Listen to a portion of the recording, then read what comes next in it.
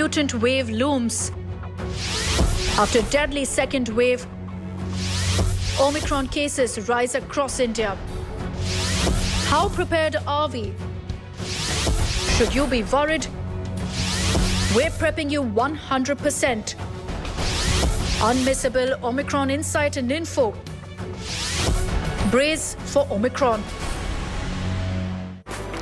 Hello and welcome to a special broadcast. India is bracing for Omicron and so are countries all over the world. Now, Omicron variant has tripled South Africa as the nation has reported over 60,000 cases of the fifth variant of concern, raising more concerns and questions on how safe our children below the age of 5 years are being infected by Omicron.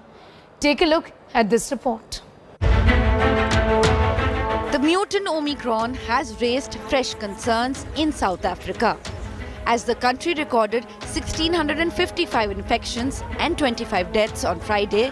The South African Health Ministry says it is witnessing a sharp increase in new cases, particularly in children under 5 years. Probability that clinicians are admitting patients as a precaution while there are beds available, and so more, young children are being admitted, whereas, later in the wave they wouldn't meet the criteria for admission.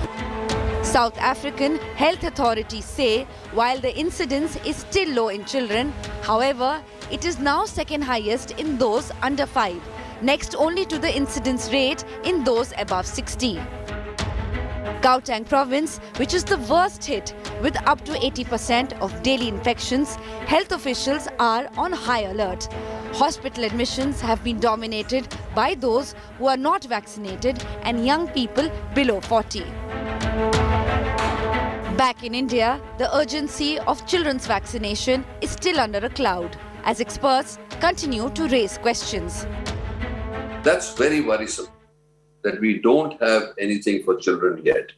And we should try everything in our power to actually get it ASAP so that kids can be protected, because it's going to be also devastating if children get infected. If you want to save our pediatric age group, other than COVID-appropriate behavior, get yourself vaccinated. You should have 100% adult coverage, and we should approve pediatric vaccine as soon as possible, vaccinate them. But centre is dragging its feet over the issue. Zydus Cadila-Zykov-D vaccine was meant to be the arsenal against COVID for children. Even Bharat Biotech's Covaxine for children is awaiting approval from drug regulatory authorities. Well, the Indian government is on the view that children's vaccination is not a priority at the moment, and the second dose coverage remains most important in the country. The data shows that even during the Delta variant spread in the country during the second wave, children remained asymptomatic. There were some cases of MIS-C with complications, but that number was very low. But in the light of the recent Omicron mutant that has entered the country, concerns persist on children's vaccination and how soon can India work towards it to stay a step ahead of Omicron. With Ashwini Helen in New Delhi, this is Milan Sharma for India Today. The big questions really are, where are the vaccines for children? Are children actually more susceptible to Omicron? Kids Covaxin that has got the approval of the recommendation from the subject expert committee has not been approved by the drugs regulator in India. Should India not roll out vaccines for children now? Why are approved vaccines for children not being rolled out yet? Zydus Cadila-Zykov-D has been approved. Do healthy children need these vaccines against COVID-19? And joining me to talk about vaccines for children or where they are really in India is Dr. Sanjeev Bagai. He's a well-known pediatrician. He's also the chairman of the Nephron Clinic. Dr. Rajiv Jayadevan is with us as well. He is the vice chairman of the research cell, Kerala Indian Medical Association. And Dr. Chandrakant Lahari is a well-known epidemiologist and has also authored a book on COVID-19. Thank you all for your time here. The big question is, in the view of Omicron cases being detected in India as well, there is a lot of concern, and learning what data South Africa has shared with the world, that children are also getting infected with this particular variant. Where is the vaccine for children in India? Why the delay, and do we actually even need the vaccine? Dr. Bagai, to you first. Many say that healthy children in India do not need the vaccine. There's nothing to worry about, even it's not being rolled out just yet. What's your point of view when it comes to vaccines for children? Well, thank you, Sneha. So I think this would be the medically and scientifically the most unscientific and bizarre argument placed by anyone to say that healthy children or indeed children with any comorbidities do not need COVID vaccine. That's not the basis of the vaccines either for measles or for MMR or for hepatitis A or hepatitis B. Let's fix the parameters very quickly first. The base of the population of children pan-India is approximately 40 to 45% of 1.38 billion. That is about 45 to 50 crores. So you're looking at a very large denominator, which are potentially completely unvaccinated and therefore most vulnerable. Point number 2 is that with regards to children, 49.5%, this is all international published data, are asymptomatic carriers for COVID. Point number 3, these same patients who are asymptomatic or quasi-symptomatic and never realize they've had COVID, after 6 to 8 months or even up to 12 months, have disastrous long COVID symptoms, which is approximately 15 to 18% of all children land up with long COVID symptoms. Okay. They have the same sort of neurological demyelinating effects, cardiac effects, and pulmonary fibrosis as bad as the severe presentation. Point number 4, MISC, which is the multi-organ inflammatory syndrome in children, was initially 0.1%. Now it is going almost double or triple of that. Now, seeing the number and the size, what we are seeing in the Indian population, see the data which is coming out from UK or from US or from Israel or even from Australia, every large outbreak, either in the initial Delta and now what we are seeing as Omicron, is from clusters in children, mainly in schools. Okay. Children have to go back to school. The last important point is the children carry the same viral load as adults, exactly the same viral load as adults. They are as infectious as adults and they can transmit as well as adults. Therefore, children need vaccination. It's been approved by American Pediatric Association. It's been approved by FDA. It's been approved by CDC. It's been approved by every European regulatory authority for children. Okay. India must have pediatric vaccination ASAP. Dr. Rajiv Jayadevan, you've in fact said in the past that healthy children do not need vaccines just yet. Am I correct? And do elaborate on what do you mean when you say that right now we can hold for a while when it comes to vaccinations for children? Yeah, at this time, India is focusing on vaccinating adults. There are still about 13 to 14 crore adults that have not received a single dose yet, and many more yet to receive a second dose. Now, the question here is about vaccinating children. Now, of course, we can argue for a parallel process of vaccinating children, but let's look at some data first. So I'll give you the data from Kerala. As far as deaths from COVID-19 goes, in Kerala, the death rate from COVID-19 in children is fortunately almost zero. That is 0.001%, which is 1 in 70,000 or zero.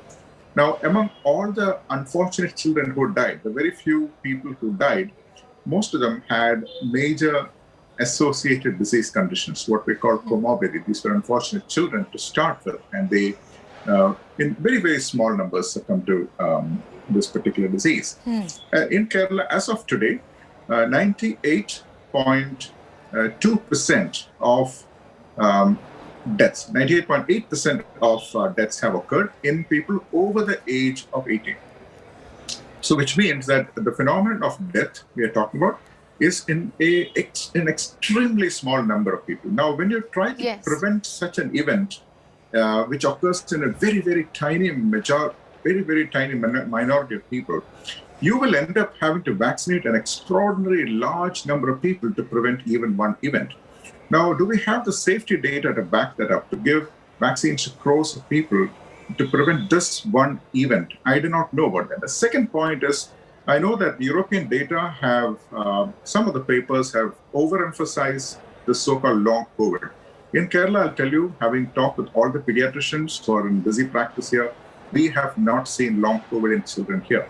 And there is a British study from the ONS data that shows that depending on how you ask the question, the ONS study has shown that the so-called long COVID can range from as high as 11% to as small as 3% in the same study, which means that there's a lot of subjective element and also perhaps a lot of regional variation between countries. And the third point is that in children in India, I know that in the West they are vaccinating children, but in India our situation is different because a substantial number of our children have already been naturally immunized. They've all received natural infection. In fact, if you look at published studies across India, the seroprevalence, which is the presence of antibodies or the exposure to natural infection in children, is only 7.5 percentage points below that of adults. I agree, and that is Delhi. What the government has also said, Dr. Rajeev Jayadevan. But, you know, Dr. Laharia, there is a great amount of uncertainty when it comes to Omicron. We do not know just yet if natural immunity acquired because our seropositivity rates are as good as 60% even amongst children is going to offer them protection in the longer run in the light of the new variant in the country.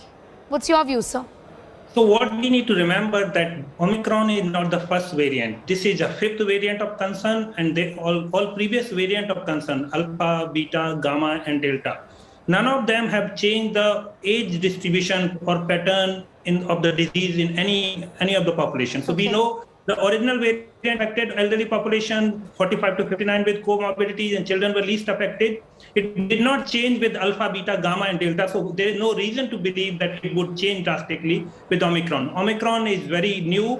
We are learning more, but there is no reason to believe. But I want to go back to one of the points. What we need to remember that even before COVID-19, most of the vaccines are licensed for a wider age group. As an example, measles, pneumococcal, meningococcal, all of these vaccines can be given to children, adolescents, adults, elderly. But they are given to the children because the highest burden of disease from which the meningococcal, pneumococcal, or measles prevent are in the children. So first point to remember is that vaccines are always administered to the population which has the highest burden of disease. Okay. Now, case with the COVID-19 is that the highest burden of COVID-19 is on the elderly, 45 to 59. That's why they are being administered to that population group. So just because vaccines are available should not be given to children. Children have the lowest burden of this disease, so they are in the lowest priority. We need to remember that these vaccines prevent from severe disease, hospitalization, and death. And now this proportion of these diseases is lowest in the children. So what would the vaccine prevent in the children? That's why high-risk children should be prioritized, in whom they would be preventing much better. So their turn would come, but they are low in the priority, and we should be prioritizing those within the children who are at the highest risk. Yes, I respect that, you know, Dr. Laharia, but the argument that Dr. Bagay is making, and I'm going to go back to Dr. Bagay, is that there are uncertainties around Omicron. We just don't know yet. It's just been a week or so of this being labeled as the fifth variant of concern, but you know, there are effects in India also, outside of India. We've seen long COVID manifest in the form of MIS-C, for example, in children, which also is not exactly uncommon in India. It's happened in India as well, and these are concerns. So at this point of time, Dr. Bagay, do you think that when you look at the risk-benefit ratio, the benefits of vaccinating children are much more than the risks, essentially, than many pediatricians and many experts like Dr. Jayadevan and Dr. Laharia are concerned about? Sneha, being in pediatrics now for close to 38 years, I can tell you most of the time the pediatric age groups are not actually tested for COVID, primarily because they have a large burden of other common cold viral infections or other bacterial infections. And one of them are the most common ones are the common cold seasonal coronaviruses infection. Now, there are two quick points I want to make in this. The children are not being tested, so the statistics can be skewed. We know that the symptoms in children are often hidden and they present much later. Point number 3, as far as the natural immunity, which my co-panelists mentioned, there is sufficient data to show that the natural immunity which is coming from infections give you antibodies which are of a shorter duration than the vaccine-induced antibodies. Their breadth and their potency and the immunophenotyping in terms of the energy status of the potency of these antibodies is lower. This is published data, and therefore even the hybrid immunity is not as good as the vaccine-induced immunity. The last important point which I want to make is children have a very different immunophenotyping. The question is whether we want a huge outbreak of children to happen and then wake up and then vaccinate children, or be preemptive and vaccinate the children. Of course, the children will be age category-wise stratified and, of course, comorbid stratified. So beginning from 12 to 18 and then working downwards. And then, of course, first the comorbids and the other pre-existing conditions. There is also data to show that the Indian population, 35% of children under the age group of 5 to 7 are wheezers. Bronchial asthma carries a 6-fold increase of death. We know that the children have been protected so far, but keeping a premise that the children so far have been prevented with overwhelming data to show that they can get infected and they are getting infected, but not being tested enough, is not justified to deny them a basic right of vaccination. I know that the supplies have to be seen, but many things have to run in parallel. Like if you're doing the adults, you can now gradually begin the pediatric vaccination program too. The schools are reopening. There is sufficient data to show schools are acting as clusters of spread. Children transmit as much as adults. They carry the same viral load. I would very strongly suggest that we do have a pediatric vaccination program as soon as possible. The possibility is the local logistics. One is the supply, and two is on ground to immunize them. Yes, you know, Dr. Bagai, be with us. I would want Dr. Rajiv Jayadevan to come in and also dwell a little, Dr. Jayadevan, on the fact that, you know, almost this was the first week of October, if I'm not mistaken, when Covaxin's recommendation from the subject expert committee was sent to the DCGI. The drug regulator in India has still not given a nod to Covaxin for kids. You know, Dr. Bagai seems to be suggesting that this should be done on priority, and also that vaccinations for children must essentially start. We can't wait for cases to explode in India and children to be badly affected and then think about rolling out the vaccines. Yeah, definitely. I agree that children who are more likely to develop a complication should be prioritized. And it's my personal opinion that children who live with adults who are at greater risk of bad outcomes should also be prioritized. That's my personal opinion. Now, the pediatricians that I have spoken with have informed me, at least from the Kerala data, that contrary to Western studies, in Kerala, from analyzing the deaths that occurred in Kerala, the obesity, asthma, and diabetes have not featured among the list of children that did badly. We estimate about 45 lakh children must have had the infection naturally. That's the lowest estimate we have. And out of that, we had a total of approximately 79 deaths.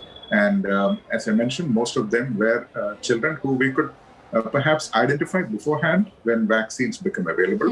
And of course, Covaxin, as far as we know from the data goes, it's a safe vaccine. And we have studied Covaxin in India in children in very small numbers. I think around somewhere between 525 to 1,500 children, I believe these numbers were studied.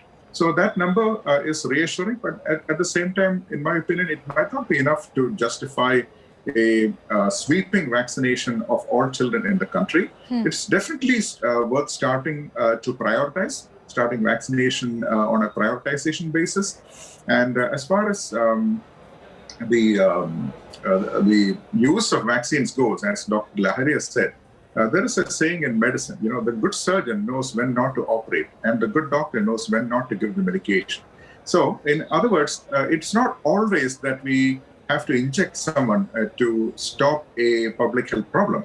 And as far as other vaccinations go in children, for example, pertussis or say measles, each of these conditions, say polio, has between 3,000 to 4,000 times death rate from each of these vaccine preventable diseases. So these cannot even be equated to the pediatric COVID vaccination. But it is definitely a point that needs to be discussed with multiple experts who have contrasting opinions and with local data. I emphasize the need for local data, which is why we can speak so confidently about situations in India, especially in this part of the world, which may be different from the published studies. You know, Dr. Lahariya, a lot of these decisions and also thought processes of parents, for example, seems to be centering around some facts. America, for example, is asking parents to send their children only to school when they're vaccinated. That's a fact. Parents here in India, many of them, and you've been doing a lot of work when it comes to schools and vaccinations and starting our schools. Many parents even now are saying that, we can wait for some more time. Why let the children get infected and bring back the infection home? Let them get vaccinated and then we'll send them to school. What do you have to tell them? And also, I want to ask you about this delay in the government's own strategy in terms of having a policy document at the end of the day on who they consider comorbid to begin the vaccination drive amongst children, which the government wanted to do by September. They said they're going to do it, but it's December and we still haven't seen the vaccines rolled out. In United States of America and many other countries across the world, 170 countries, they had their schools open, and even now, especially in US, the schools were open even at the peak of the wave, and the vaccination of children has been approved very recently, like children between the 5 to 12 years. So children were attending schools even without vaccination, so that is not a prerequisite. That's happening across the world, and UNICEF and other organizations have said that vaccination is not prerequisite to attend school. That's one part. Second part is that there is a piling of evidence from many years of research on immunology that the natural infection provides far better and greater protection than the vaccine-induced immunity. Okay. So immunity after natural infection is better. Third and most important part is that they are not at the higher risk, they are low in the priority. I want to say that we should not be going by the opinion, by the cumulative evidence from the science, and science says that children are protected. There is no reason to believe that a new variant would affect them. But of course, vaccination of children should be started. I believe, as you asked the earlier question, that because one of the vaccine was approved in India for children between 12 to 17 years, the production of that vaccine, as I know from media reports, started only after the DCGI approval. So it is likely to be produced after due checks through the appropriate processes. Okay. So I believe that will be available. And the other vaccine, which you were talking about, Covaxin, was sent for a DCGI approval. I read from media sources, the DCGI has asked for more data from the manufacturer before it is going to decide. And the data has been provided, sir. Essentially, the last point is that Covishield vaccine, which is given to adults and which is the main vaccine for India, is not approved for use in the children. Yes. So there is a vaccine availability, the first requirement. And once it will be available, it should be prioritized for high-risk children. Healthy children are not required to get vaccine. Okay, it should be prioritized for high-risk children. The NTAGI has met, including a meeting just a day ago in which they have discussed this, but we do not have a policy document yet from the Technical Advisory Group on immunization in India. Their recommendations, what have they told the government, is not clear when it comes to prioritizing children for vaccines. What are the comorbid categories that they're looking at? All that remains to be seen. Thank you all for joining us with your perspective on an important story. A lot of parents want to know whether vaccines are important for them to then decide to send their children back to school. The government of India says no, send your children to school. If schools are open in your area, if your area is a low-risk area, definitely send your children to school. In the view of Omicron cases in India, will things change? The big question first is whether the existing vaccines will neutralize Omicron. With that, it's a wrap on this special show. You can find that report and much more up on our website. That is indiatoday.in. You can also download the app. News continues on the other side. Thanks for watching.